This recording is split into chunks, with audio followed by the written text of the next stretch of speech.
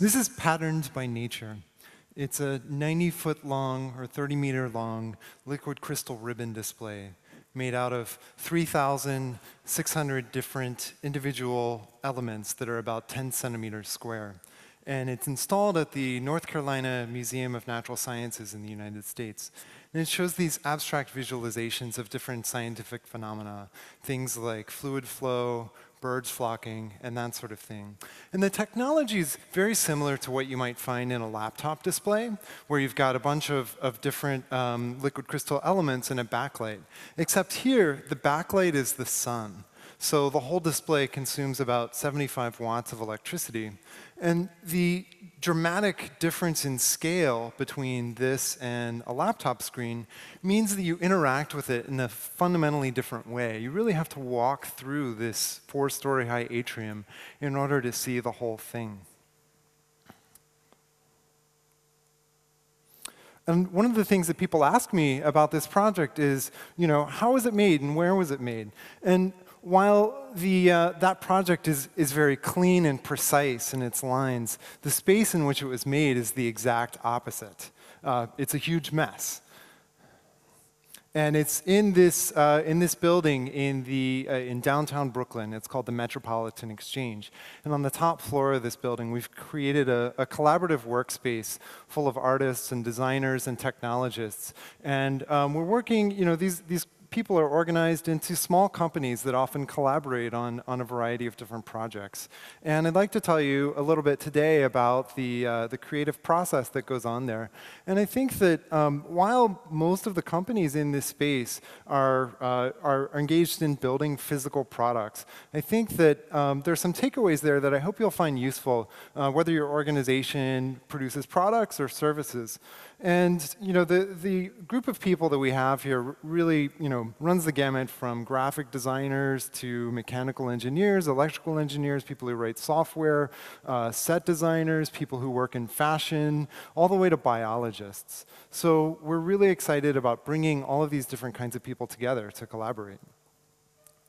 And when this is Al. So Al is the owner of this building, and he bought the building 30 years ago with the vision of creating a collaborative space for artists and designers to work together.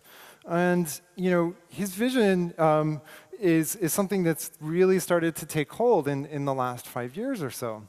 There's one more thing that you really need to know about Al, which is that he's a junk collector, but a junk collector with very interesting taste. When we moved into this building, the top floor looked something like this. So imagine walking into this space and thinking, okay, this is my new office. When I first saw this, I thought, how are we ever going to get any work done here? But it turns out that the flexible nature of this space and the chaos within it has actually been a key factor in the success of a lot of the projects that have come out of here. And so what I want to talk to you about today is this idea that every organization needs a garage. And by a garage, I mean a place that has a little bit of chaos, a place that encourages crazy ideas, and a place that embraces the idea that everything around us is a work in progress. Going back to Pattern by Nature, in order to bring this project to fruition, we had to bring together a really diverse team of people. And each of those people brought to the table a particular skill, a particular thing that they were good at. But everyone was excited to learn about all the things that the other people knew how to do. And so this flexibility, this willingness of people to kind of take on tasks that they had no idea how to do and learn from others near them was something that really was a critical factor in the success of the project, because without that, we would have needed a much larger team and therefore a much larger budget in order to complete it. And so it really comes down to the idea that when you have a team with so many different skills, and you have someone who's willing to write a piece of software or also willing to pick up a drill, or maybe even 2 drills at the same time, you have a much more agile team that is able to realize a creative vision.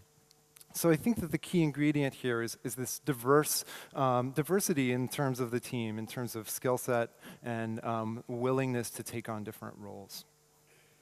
Next project I'd like to talk to you about is called The Chase. This is what's done for Christian Louboutin at Barney's, New York. There are two pairs of shoes, a man's pair and a woman's pair. And they play out this slow, tense chase in the shop window, where the man slowly tries to inch up into the woman's personal space, and then she scoots away.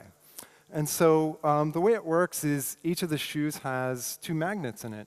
And there are a bunch of magnets in a complex mechanical system underneath the surface there that moves these magnets around.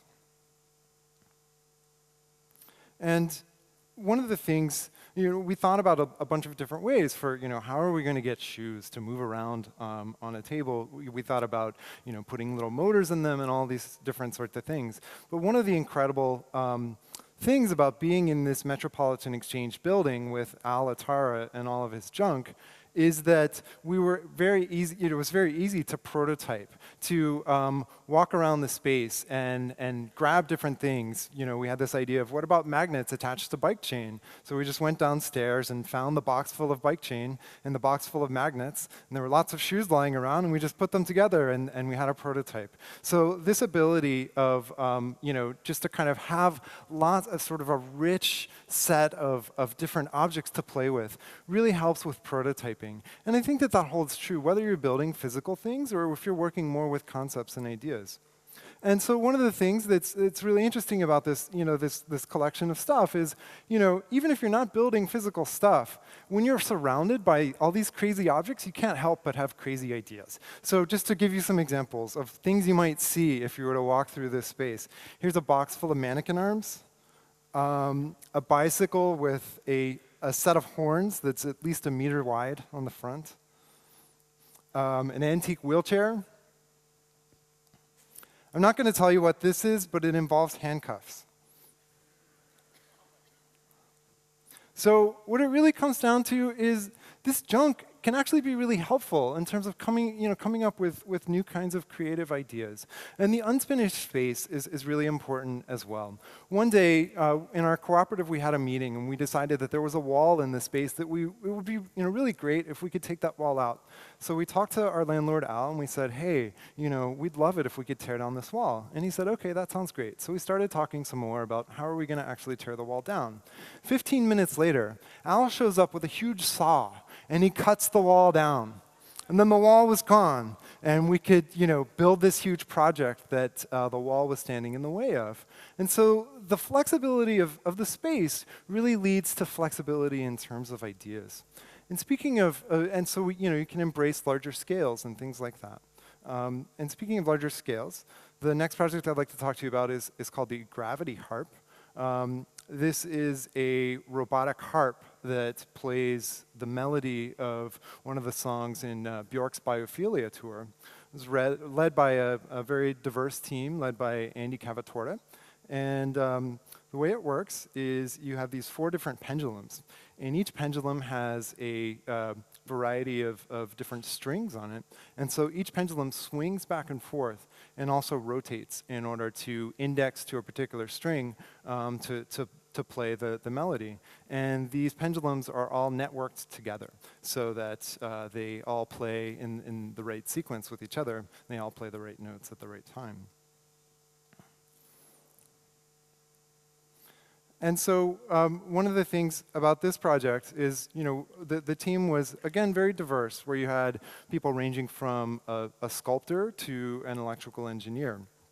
And even though this team had a very diverse background, what really brought the team together was this shared value, this shared passion for creating a new kind of musical experience using technology. And that really helped the team gel and speak the same language across different disciplines in order to get the project done. This next project is called Create a Chemical Reaction. This is an interactive installation about the periodic table of the elements at the Museums of Science and Industry in Chicago. And the way it works is that you have an interactive table. And this is different from a lot of interactive tables in that it's not a touchscreen. The table tracks the positions of these electronically tagged pucks on top of it. And what you can do is you can use those pucks to grab elements off of the periodic table and put them together and try to cause reactions to happen. And whenever a reaction happens, you see a video about whatever it is that you created. So here, we're going to bring sodium and chlorine together in order to create table salt. So create table salt, and then you see the table salt spilling out onto the tabletop. And so one of the key things about this project is the idea of using these physical objects. And the use of those physical objects gives people a fundamentally different experience than, say, using a touchscreen. Because they feel like this puck, this tagged object that they're holding in their hand, actually is the atom of hydrogen or oxygen or whatever. And so it ties into all these kind of existing social practices that people have about sharing and collaborating. So you'll see families gather around this exhibit and work together by collecting different atoms off their periodic table and bringing them together to cause a reaction to happen. And one of the things that this project really highlights in relationship to our space is the notion of interdependence. So we were really rushing to try to get this project out the door. And one of the parts that was really important that we had really no idea how to do was how to manufacture these little plastic pucks that go onto the table. It was a very complex process because there was a specially designed electrical circuit inside. And if the plastic housing for that circuit was not carefully designed, then the housing would interfere with the function of the circuit. And so we needed to work with someone who understood that and was able to work with that in order to produce a system that would, a case that would do the job on a very tight time scale. And we were lucky that we had just the company that was able to do that in the same space on the top floor of the Metropolitan Exchange. And because we had this shared space, they were already intimately familiar with the needs of the project. And we were able to work closely to get it done. And so I think what this really shows is this notion of interdependence really takes hold over a variety of different types of collaboration. So one type of collaboration is, two people or two groups decide to work on a project together. But I think a much more common and in some ways more interesting type of collaboration is when there's one group or one person that's working on a project, but they are just kind of casually talking about it, sort of water cooler conversation with everyone who happens to be around them. And it's through that kind of informal conversation that lots of knowledge gets shared. And because there's this notion of interdependence, this idea that many of these projects are way too complex for any one group or person to take on alone, it becomes much more important to be eager to share the knowledge that you have, because you know that there's going to come a time when you're going to depend on that same knowledge sharing from all of the people around you. So this notion of interdependence kind of draws people together to work on different creative projects. The last project that I wanted to tell you about really ties all of this together. This is the Barista Bot. And what the Barista Bot does is it takes a picture of you and it draws a picture of your face in a cup of coffee. So this was done for General Electric. And so, just to give you an idea of sort of what the teams are like that bring this together, a project like this together. The lead was Rock Paper Robot. They're a robotic furniture company. They design furniture that moves. And Hypersonic Engineering, a mechanical engineering company. Midnight Commercial, an interaction design firm. And Kyle Murphy, who's a software artist. So all of these people working together, in this space that is full of random junk, created this robot that took a picture of this guy and put his face on a cup of coffee.